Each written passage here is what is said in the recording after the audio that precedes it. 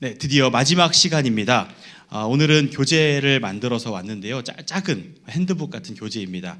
이 교재를 같이 보시면서 함께 마지막으로 정리해 보길 원하는데 그냥 처음부터 끝까지 했던 거 똑같이 정리하면 지루하니까요. 지금은 맥을 잡아보는 거거든요.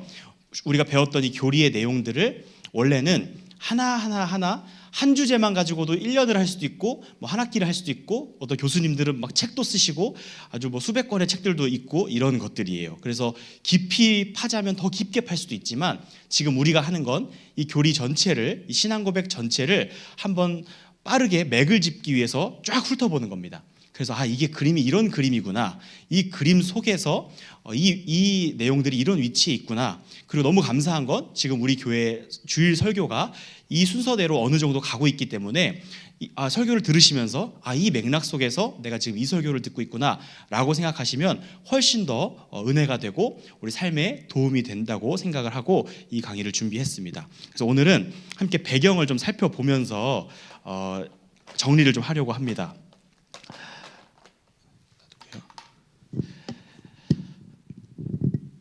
제가 하나의 오늘 칠판을 한번 쓰고 한번 지우고 다시 한번 쓸 건데요. 우리가 믿는 내용은요, 이 사도들로부터 시작되는 겁니다. 정확히 말하면 예수 그리스도 그리고 하나님께서 시작하신 세상 속에서 일어난 일인데, 우리가 지금 믿는 신앙의 내용, 우리는 믿음에 관한 이야기를 하고 있는 겁니다. 믿음이라는 단어, 신앙 고백할 때 신앙이 믿음이잖아요. 믿음에 관한 이야기를 할 때 사도들의 가르침으로부터 시작하는 거예요. 사도가 누구냐? 바로 예수 그리스도를 직접 보고 그분께 직접 배운 자들이 사도입니다. 그러니까 지금은 사도가 없는 거죠. 막 신사도 운동이라고 해서 지금도 사도가 있다, 막 사도적인 행동을 하고 막 그런 사역을 하려는 것들은 잘못된 거예요. 왜냐하면 사도가 없습니다. 지금은. 왜냐하면 예수님을 보고 예수님께 직접 배운 사람들이 없기 때문에 그래요. 사도들의 가르침이 가장 권위가 있고, 가장이란 말도 틀립니다. 왜냐하면 사도들의 가르침이 곧 성경이 되고 그 사도들의 가르침이 곧 진리가 되기 때문에 이 사도들이 기준이 되는 거예요. 그래서 지금 우리가 기억해야 될 몇 가지 키워드들이 있는데, 이 기준이라는 말, 그리고 이 기준이 우리에게 믿음이 되는 거예요. 이 우리 속에 믿음을 형성시키는 이 기준은 말씀입니다. 사도들의 가르침이 말씀이고 이 기준이 우리에게 믿음이 되는데, 이 사도들 다음에 교부들이 등장을 해요. 이 교부들이 등장해서 계속해서 이 하나님의 말씀을 이어받아서 계속해서 가르쳐 나갑니다. 그리고 교부 다음에 제가 헷갈리네요. 순간 헷갈렸습니다. 네, 한참이 지나서 종교 개혁이 일어나고요. 종교 개혁이 일어나고서 한참이 지나서 청교도들이 일어납니다. 그리고 한참이 지나서 이제 우리가 살고 있습니다. 이렇게 사도, 교부, 종교개혁, 청교도, 우리 이 사이에는 수많은 사상들이 지나가는데 사상들이 대부분 건전하고 좋은 사상들도 많지만 사이사이에 이단도 있고 거짓 가르침도 있고 자유주의 신학도 있고, 이건 여기가 아니라 사실 이쪽인데요. 아무튼 이런 것들이 막 사이사이에 불순물들이 끼는 거예요.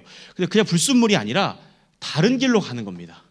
계속 다른 길로 가는 사람들이 생겨서 이 사이에는 로만 카톨릭이 있죠. 우리가 천주교를 그냥 카톨릭이라고 부르는데 사실 카톨릭 처치는 우리입니다. 우리 보편적 교회의 보편성 배웠잖아요. 우리가 보편적인 교회예요. 근데 로만 카톨릭이라고 꼭 붙여야 되는 이유가, 당시에 그 로마 시대 때 로마 시대의 카톨릭 교회가 이 중세 교회, 로만 카톨릭이라고 해서 이 사도들의 가르침을 따라, 교부들의 가르침을 따라가지 않고 이제 변질되어서 다른 길로 가버린 사상입니다. 그래서 완전히 다른 걸 가르치는데요. 이 흐름 속에서 종교개혁이 일어나는 겁니다.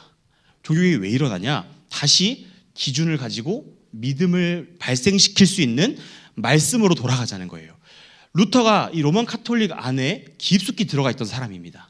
고행도 했고 열심히 막 계단을 무릎으로 기어오르기도 했고, 이 사람은 면죄부도 막 판매하던 시절에 살았던 사람인데, 다 동의했던 사람인데 마음속에 갈증이 해소가 안 되는 거예요.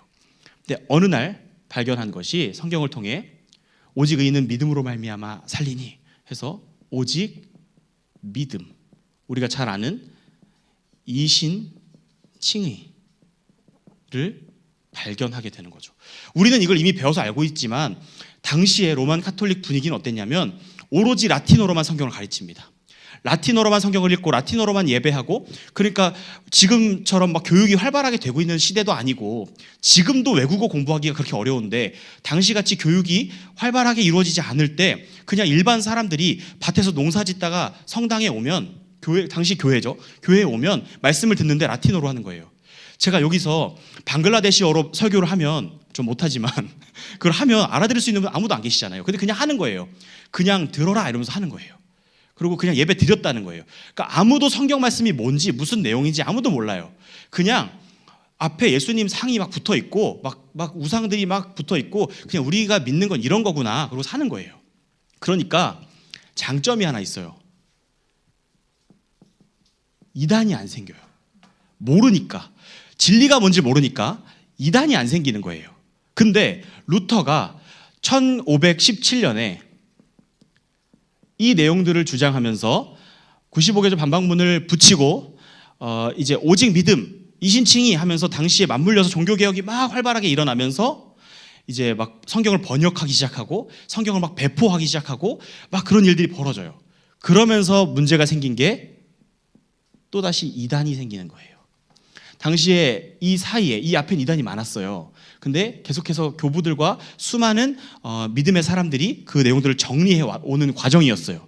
그 과정에서 또 다른 길로 가던 로만 카톨릭이 나왔고 워낙 권력이 강하다 보니 그리고 언어를 제한하다 보니 이단이 안 생겼는데 이거 딱 하나예요. 지금도 로만 카톨릭은 강력한, 천주교는 강력한 하나의 통제 시스템 안에 들어가 있죠. 근데 이렇게 개인의 믿음과 하나님께 직접 예수님을 통해 나아갈 수 있다고 하는 믿음이 생기자 이단들이 생겨나는 거예요. 이 기준 없이 하나님 말씀을 보기 시작하는 거예요. 성경이면 되지 왜 교리가 필요하고 왜 신앙 고백이 필요하냐라는 생각을 할 수가 있어요. 그냥 성경 열심히 읽으면 되지 교리가 성경보다 우선입니까? 절대 아닙니다. 하나님 말씀이 우선인데 문제는 기준이 없는 거예요. 10cm라는 길이를 재야 되는데 자가 없으면 나는 10cm가 요만하다고 생각해, 나는 이만하다고 생각해. 다 다른 거예요. 미세한 차이라도 서로 다 다른 거예요. 근데 하나님 말씀을 똑같이 보는데 기준이 없으니까 다 자기식으로 해석하는 거예요. 똑같은 말씀을 보고도 어떤 사람은 이렇게 행동하고 어떤 사람은 저렇게 행동하고 다 다른 거예요. 근데 다른 것 정도까지는 이해가 되는데 이단이 생기는 거예요. 나는 예수님 이렇게 생각할래. 난 예수님이 하나님이 아닌 것 같아. 난 예수님이 사람이 아니라고 생각해. 난 예수님이 인간 반 사람 반 인간 반 사람 반 똑같은 말이네요. 인간 반 하나님 반 이렇게 섞어놓은 거라고 생각해. 서로 다 자기가 생각하는 대로 말씀을 보기 시작했다는 거죠. 그래서 이 이단들을 막아야 할 필요가 생겼고 이 종교개혁 과정에서 이 종교개혁을 가장 잘 정리하고 확립한 사람이 칼빈입니다. 이 칼빈이라는 사람이 제네바에서 신학을 연구하면서 이 교리들을 정리했고 루터 칼빈뿐만 아니라 수많은 종교개혁자들이 이 종교개혁을 통해 바른 믿음, 새로운 걸 만들어낸 게 아니라 이 바른 믿음으로 돌아간 겁니다.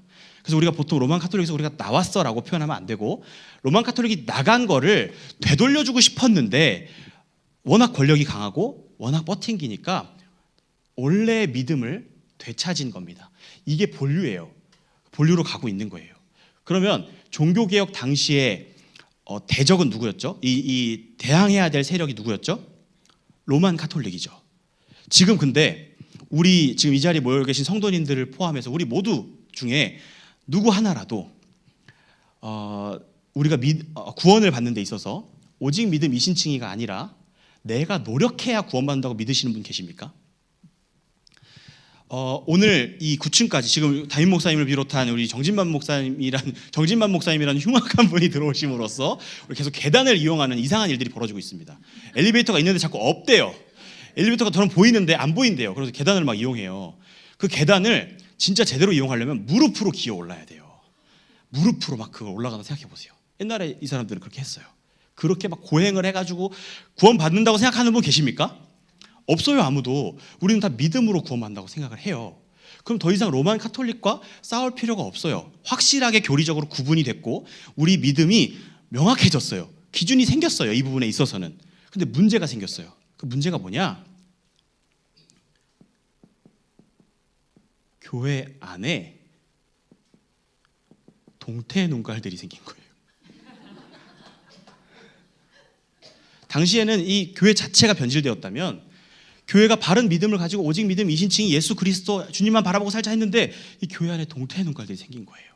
단순히 뭐 사춘기를 지나는 청소년 학생들 이런 친구들만이 아니라 교회 안에, 표현이 이래서 너무 죄송하지만, 믿음이 없는데 믿는다고 생각하고 있는 사람들이 너무 많아지는 거예요. 그래서 교회 생활 잘해요. 막 봉사도 하고 막 열심히 막 헌금도 하고 막 할 거 다 해요. 정말 믿음 좋아 보여. 막 예배 시간 울기도 하고 다 하는데, 그래서 하나님이 어떤 분이시면 예수님이 누구야 물어보면 그건 잘 모르겠어요라고 하는 사람들이 많아지는 거예요. 근데 우리가 좀 이따도 정리하겠지만 성경은 하나님을 즐거워하며 하나님의 영광을 위해 살아가도록 기록된 거고, 그걸 우리가 모르니까, 그래서 성경을 보지 않고 성경을 배우지 않으면 하나님이 누구신지 절대 알 수 없고 우리가 어떻게 살아가야 되는지를 몰라요. 성경은 우리한테 교회 봉사해라고 가르치지 않고 하나님이 누구신지를 알고 하나님을 즐거워하기 위해서 우리가 어떤 존재가 돼야 되는지, 그리고 그 하나님이 무슨 일을 하셨는지 적어놨는데, 그거를 그 예수님이 날 위해 십자가에 죽으셨지 정도만 아는 거예요. 그 하나님이 어떤 존재인지도 잘 모르고 그 하나님이 진짜 어떤 분이신지 정교하게 모르니까 다른 길로 가기 너무 쉬워지는 거예요. 이 시대에는 이게 다른 길이었다면, 우리 전에, 청교도 전에 다른 길은 이 교회 안에 동태의 눈깔들이었어요. 이 교회가 종교개혁을 통해 바른 교회로 돌아갔지만 교회 안에 믿음이 없는 사람들이 생기는 거예요. 교회를 열심히 다니는 건 좋아하는데 교회 생활을 즐거워하는데 하나님을 즐거워하지 않는 사람들이 너무 많아지는 거예요. 그래서 이 사람들을 대적한다기보다는 이 사람들을 돌아오게 하기 위해서 이제 우리 싸울 필요가 있어진 거예요. 그 싸움을 시작한 사람들이 청교도입니다. 이 청교도들이 싸움을 시작하는데, 이 청교도들이 어떻게 싸움을 시작하는가, 밑에다 적을게요. 이제 엘리자베스 1세 많이 들어보셨죠? 엘리자베스 1세라는 왕이 통일령이라는 법을 만들어요. 이거는 교회가 이제 영국 교회예요. 영국 교회. 영국의 교회가 생겼는데 영국의 교회가 이제 하나가 되자. 교회의 통일성 배웠잖아요. 교회가 하나가 되고 좀 뭐 기준을 가지고 뭔가를 하자 이러면서 통일령을 만드는데, 이 통일령에 이게 1559년인데요. 통일령을 속에 뭐가 들어 있었냐면 수장령이라는 게 있어요. 수장령. 수장은 말 그대로 그 수장을 말하는 거예요. 수장. 그 머리 같은 그 수장을 말하는 건데, 쉽게 말해서 제가 진동을 좀 끄겠습니다. 죄송합니다. 네. 그냥 쉽게 말하면 왕권을 강화하자는 거예요. 너무 교회의 통일령을 만들자고 하면서 그 목적이 왕권을 강화하는 거예요. 그 근거가 뭐냐면, 모든 리더들은 하나님이 세우신 거다. 그 권위에 복종하라고 하지 않았냐. 말씀대로 왕권을 강화해서 왕이 하나님이 세우셨으니 그 왕의 권위에 복종하자 하면서 엘리자베스 1세가 나쁜 마음을 품고 이런 교회의 통일령이라는 명목으로 이상한 명령을 만드는 거예요. 대다수의 사람들이 따랐어요. 근데 다른 길로 가고 있는 거죠. 하나님 말씀을 기준이 아니라 자기 멋대로 해석하고 자기의 유익을 위해 사용하고 있는 거예요. 그래서 이런 명령에 소수의 사람들이 반대하라는데, 그 반대 세력이 바로 청교도입니다. 청교도가 반대를 하기 시작하는데, 여기서 멈춘 게 아니라 엘리자베스 1세 다음에 제임스 1세라는 사람이 있었어요. 여러분 다 아는 사람이에요. 킹 제임스 버전을 만들었던 사람이 이 사람이에요. 킹 제임스 버전 성경을 번역한 사람이 이 사람인데, 너무 권위 있는 성경 중 하나죠. 근데 이 사람이 그 킹 제임스 버전을 번역할 때 그 속에 무슨 생각이 깔려 있었냐면, 킹 제임스 버전 자체는 좋은 번역인데 그 속에 깔려 있는 나쁜 생각, 바로 왕권 신수설이에요. 왕은 하나님께로부터 권위를 부여받았으니 성경에 봐라, 하나님이 왕을 세우시고 하나님이 권위를 부여하시고 신약 성경에도 그 권위에 복종하라 하는 거예요. 그래서 결국 엘리자베스를 이어서 계속해서 이걸 주장하는 거예요. 그런데 다행인지 불행인지 모르겠는데, 이 제임스 1세 다음에 찰스 1세라는 사람이 좀 부족한 사람이 태어나요. 근데 이 사람과 청교도가 대항을 하는데, 청교도에 올리버 크롬웰이라는 사람이 찰스 1세를 대항해서 싸우기 시작하는데, 이 찰스 1세가 약간 통치를 잘 못했어요. 그래서 올리버 크롬웰이 찰스 1세를 누르고 찰스 1세가 처형돼요. 그리고 청교도가 이제 권세를 잡게 되는 거예요. 드디어. 그래서 40년대부터 1650년대까지 올리버 크로멜이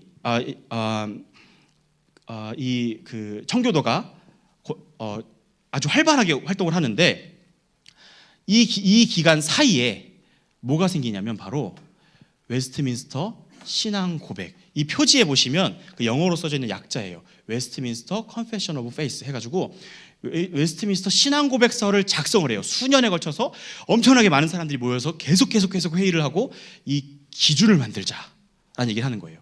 왜냐하면 계속 이런 일들이 일어나니까.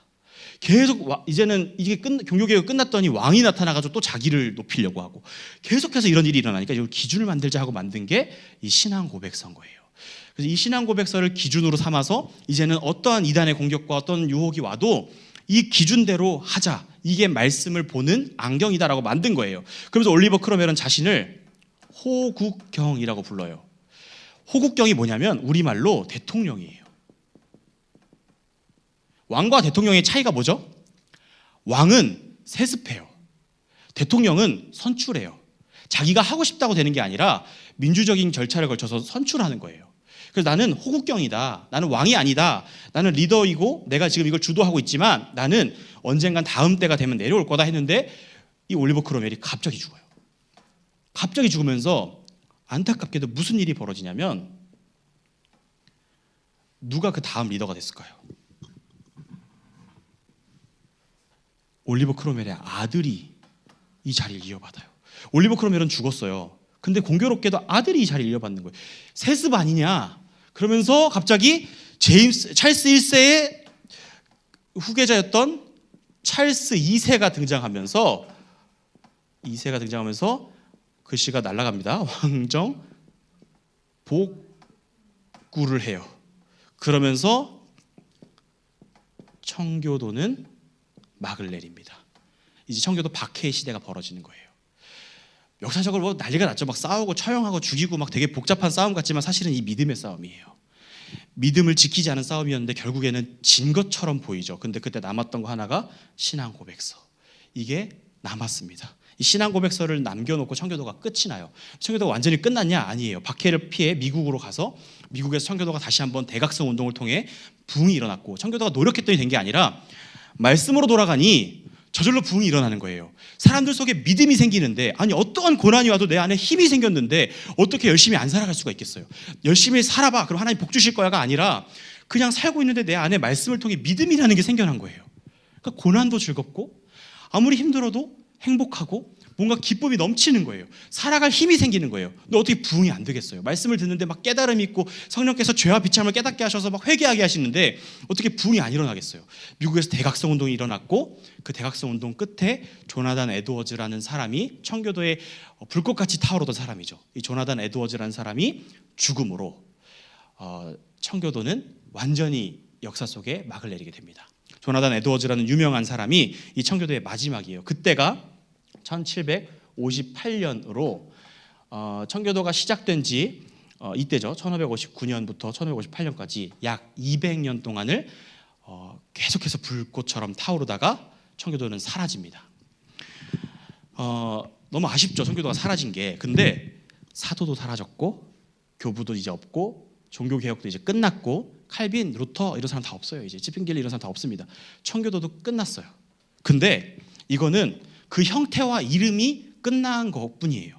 이제는 바뀌어서 우리에게 왔는데 우리는 청교도라 부르지도 않고 우리는 종교개혁자도 아니고 우리는 교부도 아니고 더더욱 사도도 아니에요. 그러나 한 가지 같은 것은 이들과 같은 게 하나 있다면 우리는 기준을 가지고 말씀을 보고 그 기준을 가지고 말씀을 볼 때 우리 안에 믿음이 생겨난다고 생각하는 사람들이 된 거예요. 이걸 우리가 이어가야 되고 그냥 말씀만 보면 되지. 그냥 다 좋은 게 좋은 거지. 그냥 예수님만 믿는다고 말만 하면 다 되는 거야. 라는 식의 믿음으로는 그게 그냥 서로 당파 짓고 싸우자는 게 아니라 그런 식으로는 사람에게 믿음이 안 생긴단 말이에요. 그러니까 교회 안에 믿음이 없는 이 동태 눈깔들이 점점점 많아질 뿐인 거예요. 문제는 동태 눈깔이면 좀 어때요? 근데 문제는 뭐냐면 이러면 구원을 못 받아요. 교회 안에 구원을 못 받는 일을 버려놓고선 그냥 괜찮다 하고 가면 성경에 말하는 평안하다 하지만 재앙이 오는 거예요. 하나님의 심판대에 하나님 앞에 섰는데 구원받을 근거가 없는 거예요. 모르니까. 그래서 우리는 지난주인가 제가 말씀드렸듯이 구원은 확실한 겁니다. 천국 가봐야 아는 게 아니라 하나님 앞에 서봐야 아는 게 아니라 지금 이 자리에서 확실하게 배울 수 있는 거예요.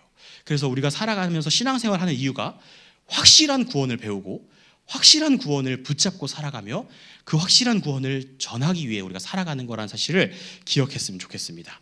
자, 이제 이 내용을 가지고 우리가 그동안 3주 동안 배웠던 내용들을 한 번에 정리할 건데요. 이거 나눠서 하면 할수록 헷갈려서 이제 오늘은 마지막으로 한 번에 정리를 하고 마무리를 하려고 합니다.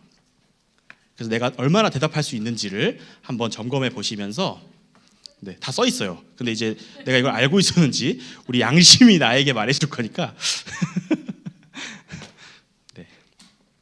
그 시험을 보자는 이제 강력한 의견들이 많이 있었지만 저는 자비롭기 때문에 시험을 보지 않고 함께 이 내용을 보도록 하겠습니다. 이 교재를 한번 들어보시고요. 이 교재를 펴서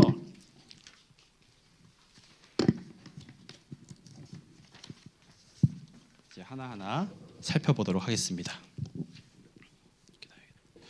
네, 사람의 존재 목적이 뭘까요? 하나님의 영광이 뭐죠? 하나님의 영광.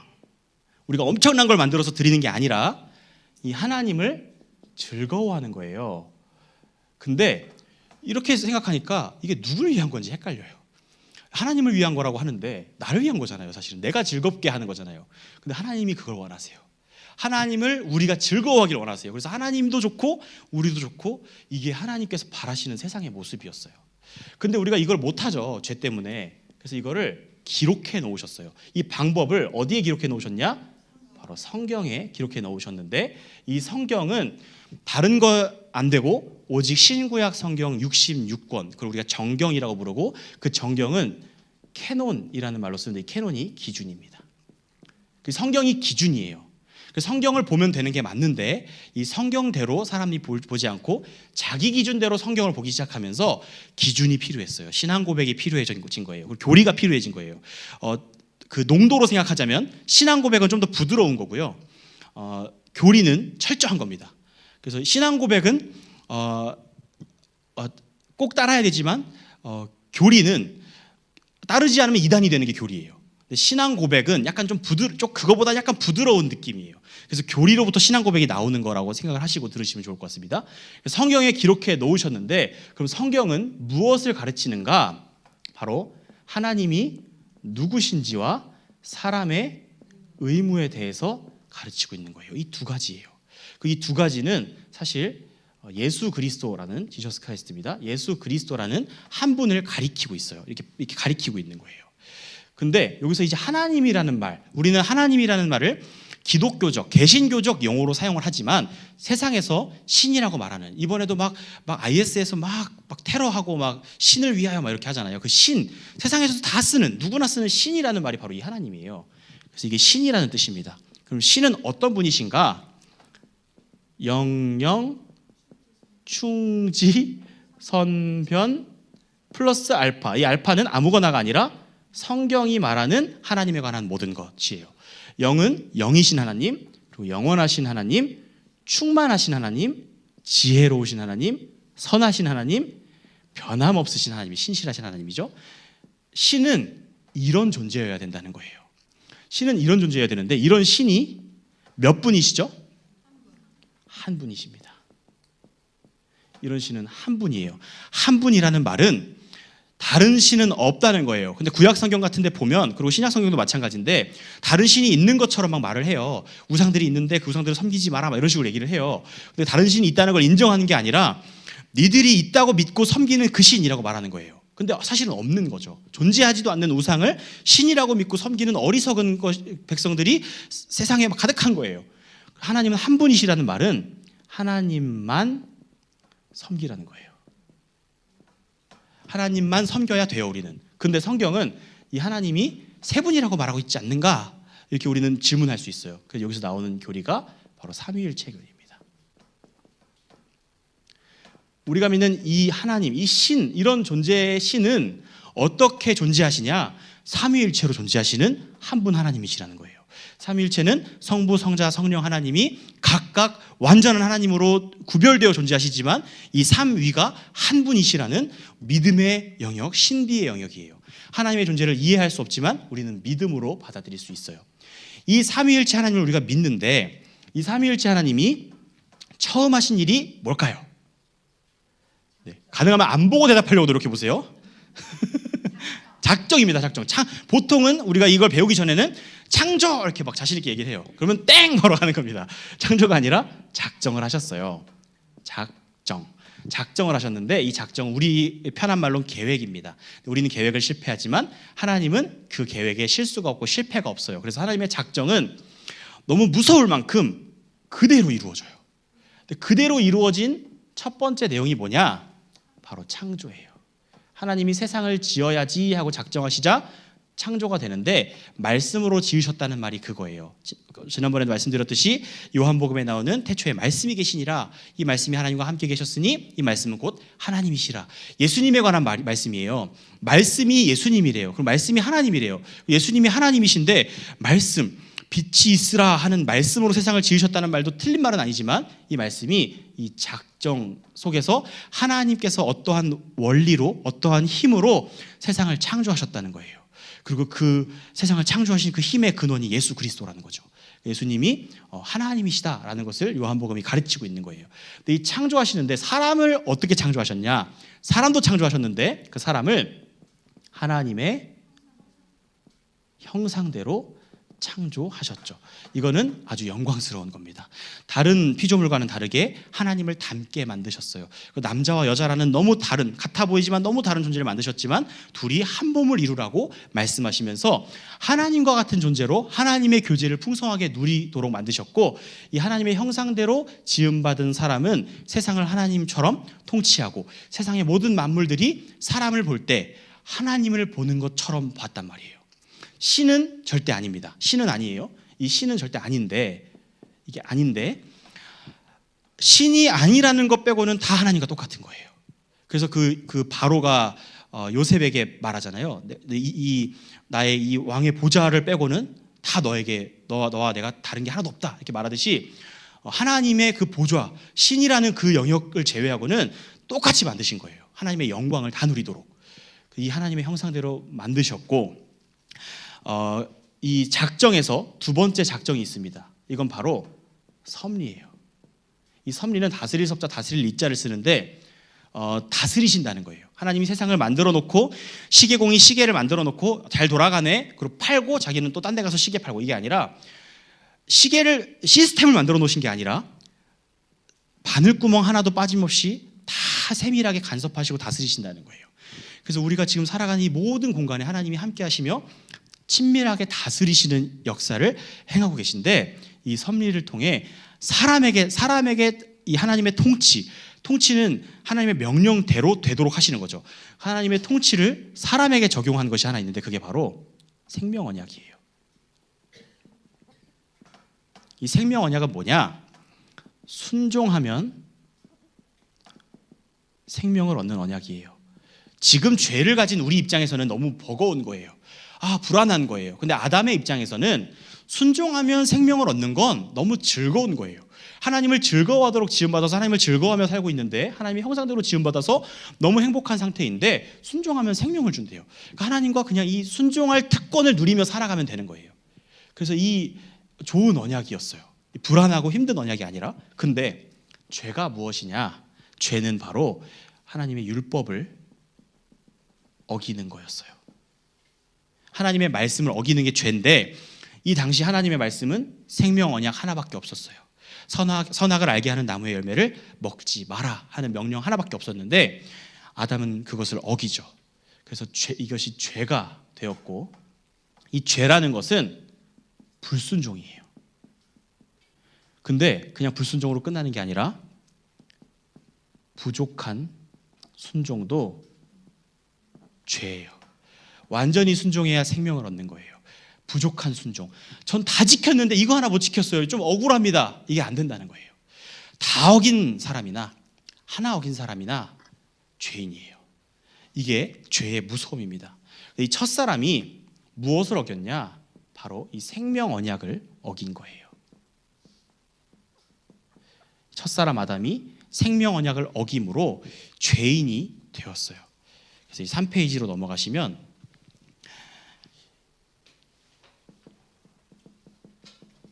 첫사람이 어긴 게 생명 언약이에요. 우리한테는 선악을 알게 하는 나무 열매를 따먹지 말라고 하신 적이 없어요. 아담에게 적용된 언약이죠.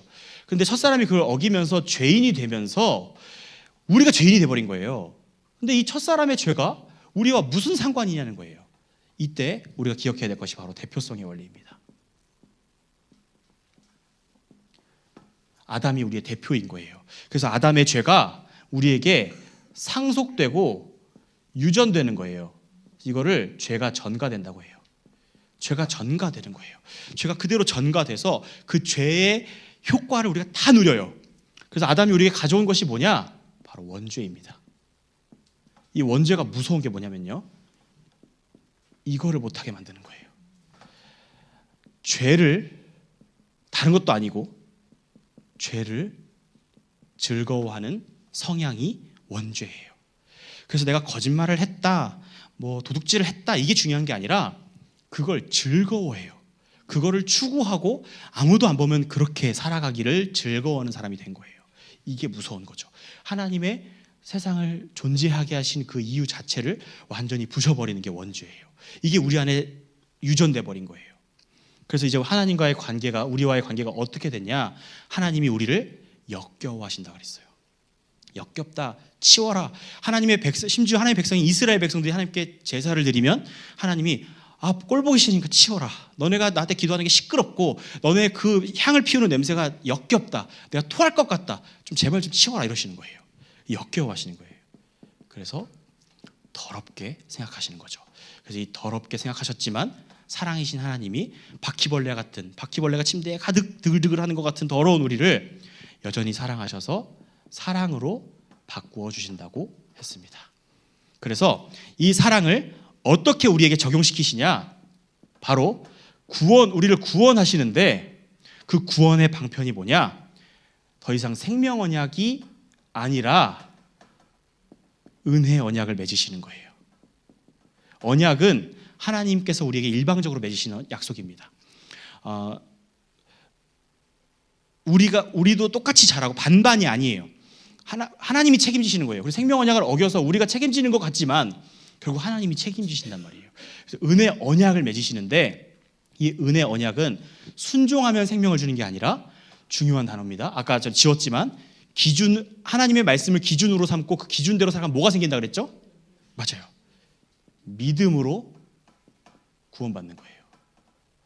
이 믿음은 내가 잘 믿으면이 절대 아닌 거예요. 하나님의 말씀이 우리 안에 들어올 때 우리 안에 생겨나는 거예요. 우리 안에 솟아오르는 거예요. 그리고 그걸 성경은 하나님의 선물이라, 그래서 은혜라고 표현하는 거예요. 그래서 은혜 언약인 겁니다. 하나님의 은혜 언약, 선물로 믿음을 주셔서 그 믿음으로 구원받게 하시는 그 은혜를 우리에게 주신 거예요. 그런데 그러면 무엇을 믿냐? 누구를 믿냐? 그게 성경에 써 있는데 하나님이 누구신지, 인간의 의무가 무엇인지를 정리하면 한 단어가 나와요. 그게 뭐냐면 바로, 맞습니다, 예수 그리스도라는 한 분이 등장하는 거예요. 이 예수 그리스도인데, 바로 예수 그리스도라고 말하기 전에 우리 이렇게 말해야 돼요. 하나님이시며 사람이신 분, 하나님과 사람 사이의 중보자, 사람이 하나님께로 나아갈 수 있는 길이 없어졌고 막혔고 담이 세워졌는데 그 길을 만드신 분이 예수님이신 거예요. 그래서 하나님이시며 사람이셨어야 되는 것은 하나님만이 죄를 사하실 수가 있어요. 그리고 하나님만이 다시 사실 수가 있어요. 근데 사람이 아니면 죽을 수가 없는 거예요. 그러니까 죽음이라는 하나님의 형상을 깨트린 죄, 하나님께서 세상을 창조하신 존재의 목적을 완전히 박살내버린 그 중한 죄를 하나님께서 하나님이 되시며 하나님이신 예수님께서 사람이 되심으로 해결하시는 거예요. 그래서 하나님이시며 사람이셔야 했고, 이것은 아까 말씀드렸듯이 반반 이게 아니라 완전한 하나님께서 완전한 사람이 되신 거예요. 지금도 완전한 하나님이시며 동시에 완전한 사람으로 존재하시는 겁니다. 예수님께서 그런 존재예요. 근데 예수님이 예수 그리스도라는 말에, 예수는 이름이에요. 이름을 예수로 하라 했죠. 근데 그리스도는 뭐냐? 직분이에요. 제가 목사이듯이 직분이 그리스도인데 그리스도는 메시아 곧 기름 부음 받은 자라는 뜻이에요. 기름 부음을 누구에게 주냐? 바로 선지자, 제사장, 왕에게 기름을 부어요. 예수님은 이 세 가지 직분을 행하신 거예요. 선지자는 하나님을 나타내는 사역을 감당해요. 근데 뭘로 나타내냐? 보통 말로 나타내죠. 하나님 말씀을 들으라 하면서 전하죠. 근데 예수님은 걸어 다니면 하나님이 드러났어요. 그분이 하나님이시니까. 근데 그것뿐만이 아니라 그 예수님에 관하여 기록되어 놓은 성경을 통해 하나님이 누구신지를 드러내신 거예요. 근데 그 성경을 우리가 그냥 읽는다고 되는 게 아니라 내 멋대로 읽고 내 멋대로 쓰면 내 왕권을 강화시키기 위해 성경을 쓰는 게 아니라 성령께서 그 말씀을 잘 이해하도록 조명하시지 않으면 이 하나님을 알 수가 없는 거예요. 그래서 선지자 역할을 성경과 성령을 통해 행하시는 거예요. 성령을 보내주셨죠, 예수님이. 그 일들을 하시는 거고, 제사장은 친히 자신이 대제사장이신 예수님께서 제물이 스스로 되셔서 십자가에서 하나님께 제물로 올려드려짐으로 단번에가 키워드입니다. 단번에 우리의 이 원죄 때문에 계속해서 자범죄가 나오는데, 거짓말, 도둑질, 막 온갖 미움들, 다툼들 막 나오는데, 이거 아무리 제거해봤자 원죄가 있으면 끝나지 않는단 말이에요. 근데 이 제사로, 단번의 제사로 원죄를 파괴해 버리심으로 예수님께서 우리의 죄를 해결해 버리신 거죠. 그리고 왕이신데 선한 왕은 백성들을 보호합니다. 그래서 보호하는 통치를 통해 우리를 끝까지 하나님 나라로 인도하시는 역할을 하는 거예요.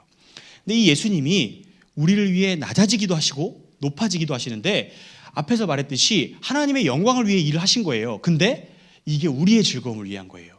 그래서 우리를 구원하시려고 낮아지시는 걸 비하라고 합니다. 사람이 되셨고, 예수님 마구간에 태어나셔서 어떻게 해요? 말밥통에 어떻게 태어나실 수가 있어요가 아니라 왕궁에 태어났어도 비하예요. 하나님이 어떻게 사람이 되시냐는 거예요. 근데 그분이 왕궁도 아닌 말밥통에 태어나서 슬픔과 아픔과 배고픔과 모든 것들을 다 겪으시다가 십자가에서 고난당하시고, 그리고 심지어 죽기까지 하시는 거죠. 철저하게 낮아지신 거예요. 그럼 낮아지시기만 한 게 아니라 높아지셨습니다. 이걸 승귀라고 하는데, 어떻게 높아지셨냐? 바로 부활하시고 승천하시고 통치하시는데, 마지막 날 통치자로 재림하시는 거예요. 흰 말을 타고 오실 거예요. 그러면 이 세상을 심판하시고 통치하실 건데, 그때 예수님 안에 믿음으로 들어가 있는 자들, 연합되어 있는 자들은 하나님과 함께 왕노릇하며 예수 그리스도와 함께 세상을 통치할 겁니다. 이 높아지심과 낮아지심과 높아지심은 목적이 하나예요. 우리의 구원을 위한 거였어요. 이것이 나를 위한 것 같지만 결국 하나님을 위한 거고, 하나님을 위한 것 같지만 나를 위한 것, 하나님과 우리가 함께 이 영광을 누리기를 하나님은 기뻐하셨던 거예요. 그래서 우리를 구원하셨습니다. 한 장 넘기셔서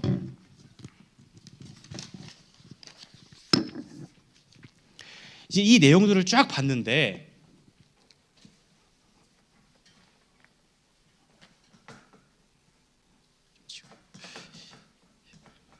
이 쭉 배운 내용들을 믿음으로 구원받는 거예요. 그냥 어디서 길 가다가 예수님 믿으세요 그랬더니 믿음이 생길 수 있어요. 성령께서 하신 일이 맞아요. 그런 걸 비하하거나 나쁘다고 하는 게 아닌데, 우리는 확실한 구원이 필요해요. 교회는 그 일을 하는 거예요. 그냥 어쩌다 구원받는 게 아니라 확실하고 분명한 구원, 확실한 삶이 필요한데, 이걸 믿어야 돼요. 근데 이 믿음을 누가 주시냐? 바로 성령 하나님이십니다. 이 성령 하나님께서 믿음을 주시는데, 이 믿음이 우리 안에 들어왔을 때 내가 믿으려고 한 것도 아니고, 어떤 사람은 내가 믿으려고 해서 믿어지는 경우도 있어요. 어떤 사람은 믿으려고 하지 않고 막 버팅기는데 믿어지는 사람도 있어요. 이 사람이나 저 사람이나 믿어졌으면 다 성령 하나님이 그 속에서 역사하신 거예요. 근데 믿음이 생기고 나면 무슨 일이 벌어지냐? 예수 그리스도와 연합이 돼요.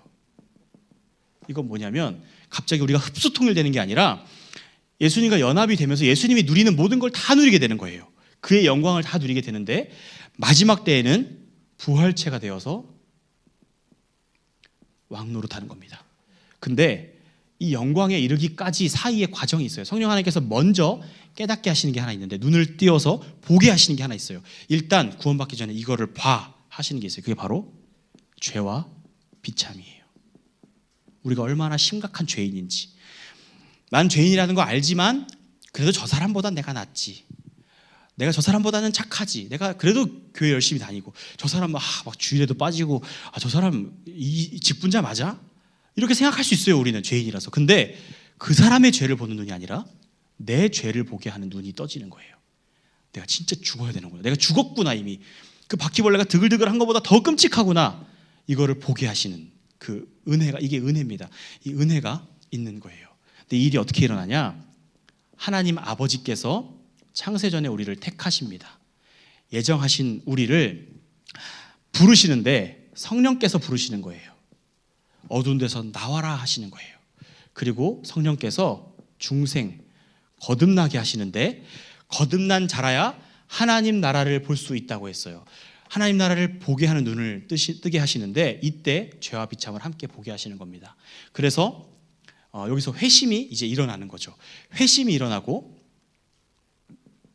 여기 빠졌네요. 회심이 일어나고, 회심이 일어난 자에게 이제 칭의가 일어납니다.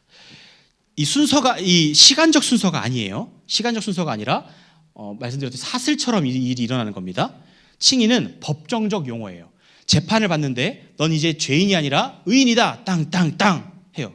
감사합니다. 내 안에 변화된 게 아무것도 없는 것 같은데 이제 의인이에요. 신분이 법정적으로. 그래서 집에 가는데 판사였던 분을 차를 타고 가는데 아빠 이렇게 부르고 있는 거예요. 집에 갔더니 그 판사였던 분의 집이 우리 집이 된 거예요. 그래서 양자 삼으시는 거예요. 그 집의 아들이 되어서 그냥 쭈구리처럼 있는 양자가 아니라 진짜 아들이 되어서 그 집에서 함께 누리는데, 그 집이 완성될 때까지 영광도 누리지만 고난도 함께 받는 겁니다. 그리고 양자된 우리는 이제 성화를 향해 나아가는데, 이 성화는 원죄로 인해 죄를 즐거워하는 성향이 우리에게 있었다면, 예수 그리스도를 믿음으로 그 믿음이 우리 안에 생겨나기 시작하면 무슨 마음이 생기냐면, 죄를 지으면서도 죄가 싫어지는 거예요. 그러게 너무 싫은 거예요. 그냥 죄책감의 정도가 아니라 그 죄가 미워지고, 더 나아가 하나님을 즐거워하는 성향들이 우리 안에 생겨나기 시작하는 거예요. 그래서 이 성화를 통해 우리 지식이 바뀌고요. 지식이 바뀌어야 됩니다. 교리 교육을 통해. 그리고 우리의 감정도 바뀝니다. 그리고 우리의 의지도 바뀌어요. 지식과 감정과 의지가 우리의 전 존재인데, 우리의 전 존재가 하나님의 형상대로 회복되기 시작하는 거예요. 그래서 그냥 말씀대로 살아야지 뭐 별 수 있냐 뭐 이런 나눔이 아니라, 말씀대로 살고 싶어 죽겠는 거예요. 근데 잘 안 되거든요. 그러니까 처절한 거예요. 기도하는 거예요. 그래서 그렇지만 포기하지 않는 거죠. 왜냐하면 끝까지 우리를 견디고 인내하게 하셔서 마침내 영화에 이르게 하실 성령 하나님을 믿는 겁니다. 그래서 이 일들이 우리에게 사슬처럼 일어나서, 이 사슬이 우리를 묶어서 천국으로 데려가는 거예요. 내가 이 과정을 열심히 밟아서 천국에 가는 게 아니라, 이 과정들이 삼위일체 하나님께서 이 과정들을 이루어 가시는데, 이 사슬이 우리를 묶어가지고 천국으로 끌고 가신다는 말이에요. 그래서 이 영화의 단계, 부활체를 입고 예수님과 같이 되어서 마지막 날 왕노릇할 그때까지 우리를 인도하신 하나님을 우리가 찬양하는 겁니다. 근데 이제 우리가 거의 마지막인데요, 죽음이라는 것을 기준으로 죽음 이전에 받는 복이 있는데, 그게 바로 이 성도의 견인이에요. 지금 우리가 누려야 되는 복이 이거예요. 완성된 것 같지만 이미와 아직이라는 말이 있잖아요. 이미 이루었지만, 예수님께서 다 이루셨지만 우리는 하나님 나라 완성될 때까지 가야 됩니다. 근데 그때까지 우리를 인도하시는데 견디고 인내하게 하시는 일이 있는 거죠. 끝까지 성화가 잘 이루어지도록 하시는 거예요. 그리고 마침내 영화의 단계로 나아가게 하실 수 있는, 이걸 확신하는 이유는 성령께서 이 견인을 하시기 때문에 그래요. 성령 견인차가 아니라 견디고 인내하기 하시기 때문에 그래요. 어떻게 버티냐? 계속 우리 안에 믿음을 부어주시는 거예요. 그 믿음이 고난 중에 살게 하는 겁니다. 그래서 영화에 이르게 하시는 거예요. 근데 죽을 때 받는 복이 있어요. 죽는 그 즉시 무슨 일이 일어나냐? 바로 낙원에 가는 겁니다. 십자가 옆에 있던 강도가 죽는 그날 오늘 네가 나와 함께 낙원에 있으리라 했던 것처럼 낙원으로 가는데, 이 죽음은 몸과 영혼이 분리되는 거예요. 이게 죽음이에요. 몸은 썩어 없어지고 영혼은 낙원에 가는 거죠. 근데 죽음 이후에 마지막 때에 무슨 복을 받느냐? 마지막 때에 받는 복은 바로 부활입니다. 바로 엊그제 며칠 전이 부활절이었죠. 부활주일이었죠. 이 부활을 마지막 때 받는 건데, 이때 어떻게 되냐? 계속 말씀드렸던 영화의 상태, 예수 그리스도와 연합되는 상태, 부활체를 입어서 예수님처럼 썩지 아니하고 쇠하지 아니할 영광스러운 몸을 입고 천국에서 왕노릇하는 그때가 바로 이 부활의 때예요. 그래서 우리는 이 세 가지 복을 받으며 이 땅에서도 기쁨으로 살아가고, 죽어서 잠시 마지막 때가 될 때까지 기다려야 하지만 그때도 기쁘고, 마지막 부활할 때는 이 모든 기쁨이 완성되는 엄청난 영광을 누리게 되는 겁니다. 이게 우리가 믿는 믿음이에요. 이렇게 우리를 부르신 주님이 우리를 뭐라고 부르시냐면 바로 교회라고 부르십니다. 교회는 부르심을 받은 자들이라고 했어요. 부르심을 받은 자들, 부르심을 받은 건물들이 아니라 부르심을 받은 자들이에요. 그래서 건물이 아니라 교회는 사람입니다. 내가 교회인 거예요. 내가. 그리고 우리가 교회인 거예요. 어디 가서 소풍교회라고 소개하죠. 근데 소풍교회라는 이 공간이 교회가 아니라 이 교회에 모인 이 믿음을 가진 사람들이 교회인 거예요. 그래서 교회의 가장 중요한 표지, 이게 교회다라고 말할 수 있는 두 가지가 있는데, 하나는 하나님의 말씀, 하나님의 말씀이 바르게 선포되고 있는가, 그리고 하나는 성례예요. 왜 성례가 중요하냐면 성례를 통해 교회의 회원을 받아요. 근데 넌 이제 중학교 2학년 됐으니까 이제 학습 세례 받아야지, 이게 아니라 이 내용을 믿습니까? 아멘 하는 사람들이 성도가 되는 거예요. 이게 너무 형식적이어져서 너무 이렇게 세례가 중요하지 않게 돼버렸는데, 이 세례는 이걸 믿는가 하는 문제인 겁니다. 믿는 사람들이 모여서 교회를 이루기 때문에 교회의 기준은 말씀과 성례인 겁니다. 성례에 참여할 수 있는 사람들이 교회가 되는 거죠. 교회는 사람인데 이 교회의 머리가 누구시냐? 바로 예수 그리스도이십니다. 그래서 교회는 예수 그리스도의 말씀을 따라 그분을 따라가는 거예요. 그분을 바라보며 가는 거예요. 그리고 이 교회는 그렇다면 나 혼자 교회일 수 있는가 했을 때 성도의 교제가 반드시 있어야 하는 겁니다. 이거는 그냥 친하게 지내는 정도가 아니라 성령 안에서의 교제예요. 우리가 한 몸을 이루어가는 과정인 거예요. 이거를 코이노니아라고 하는데, 성령께서 교회가 하나 되게 하시는 겁니다. 그래서 우리는 미워하고 다투고 막 그럴 수 있어요. 교회 안에 막 별일이 다 일어나요. 그럼에도 불구하고 이 방향을 향해 나아가고 있다는 것을 기억해야 돼요. 잘못하면 그냥 그래 내가 잘못 친하게 지내야 정도가 아니라 회개하고 돌이켜서 화해하고 한 몸을 이루어가는 것을 계속 경험해야 돼요. 나의 유익을 위해 교회 생활하면 안 되고 하나님의 영광을 위해, 하나님을 모두가 함께 즐거워하기 위해서 함께 신앙생활을 해나가야 되는 겁니다. 그런데 교회는 하나가 돼야 돼요. 이 교회의 통일성이라고 하는데, 이건 왜 중요하냐면 교회가 하나 되어야 세상이 주를 보게 되는 거예요. 교회가 하나 되는 게 뭐냐? 진짜 마음에 안 들지만 내가 맞춰줄 게가 아니라 다 달라요. 모두가 다 달라요. 근데 하나님 말씀으로 하나 되는 거예요. 별의별 사람들이 다 있죠, 세상에. 별의별 성향과 별의별 색깔의 사람들이 다 있어요. 다 달라요. 근데 기준이 있는 거죠. 이 기준인 하나님의 말씀으로 하나 될 때 세상이 주님을 보게 되는 거예요. 우리가 말씀을 가리키고 예수 그리스도를 바라볼 때 세상이 같이 주님을 보게 되는 겁니다. 그래서 전도는 나가 전도하는 것도 중요하지만 우리 교회가 하나 되는 것이 너무 중요해요. 하나 되면 전도가 되는 거예요. 이 교회의 통일성이고요. 그렇다면 특별한 사람만 구원을 받는가? 그렇지 않다고 했습니다. 교회의 보편성. 똑같은 말인데요, 사실 아무나 구원받지는 못해요. 근데 누구든지, 사실 이 말이 같은 말이지만 어감이 다르잖아요. 누구든지 구원을 받을 수 있는, 차별이 없다는 거예요. 남자만 여자만, 지위 높은 사람만 낮은 사람만, 돈 많은 사람만 적은 사람만이 아니라 누구든지, 기준이 뭐죠? 하나님의 말씀을 믿으면, 성경대로 믿으면 구원을 받는 거예요. 그 성경대로 속에 가장 핵심이 예수 그리스도를 나의 구원자, 나의 왕으로 믿는 거라서 계속 그걸로 복음을 전하는데, 사실은 이 성경을 기준으로 나의 삶을 회복시키시는 하나님 안에서 우리가 구원을 받는 거죠. 그래서 누구든지 구원을 받을 수 있습니다. 정말 마지막입니다. 그렇다면 이 교회인 우리는 어떻게 살아야 할까요? 바로 거룩성입니다. 우리는 거룩하게 살아야 돼요. 근데 이 마지막 교회에 대한 질문이 이 답인 거룩함은요, 이것도 역시 기준이 말씀이에요. 거룩한 삶이 뭐냐? 말씀대로 살아가는 거예요. 말씀의 거울에 나를 비춰보는 거예요. 누가 나한테 너 왜 그 봉사를 그런 식으로 해? 그거에 영향받고 막 상처받고 하는 게 아니라 저 사람이 저렇게 말하네? 그럼 뭐가 내가 문제가 있나? 그럼 어디로 가야 되냐? 말씀으로 가는 거예요. 하나님 말씀에 비춰봤을 때 내가 문제가 있나? 내가 좀 연약함이 있나? 비춰보는 거예요. 나의 삶과 나의 감정과 나의 인생의 방향과 내가 살아가는 말과 행동 모든 것들을 다 말씀의 기준에 비추어 보는 거예요. 우리 교회는 건강한가? 비춰볼 때도 말씀이 말하는 대로 교회가 세워지고 있는가를 비춰보는 것이고 이 말씀대로 가는 거예요. 이렇게 되면 세상의 말과 다르거든요. 하나님의 말씀은. 그래서 저절로 구별이 됩니다. 세상과 구별된 거룩한 교회가 세상과 구별된 채로 가야 방주 역할을 하는 거예요. 방주가 열려 있으면 물이 다 들어오겠죠. 그러면 다 같이 침몰해 죽는 겁니다. 교회가 구원의 방주가 되어 세상에 믿지 않는 자들이 이 방주로 들어오면 구원받는 거예요.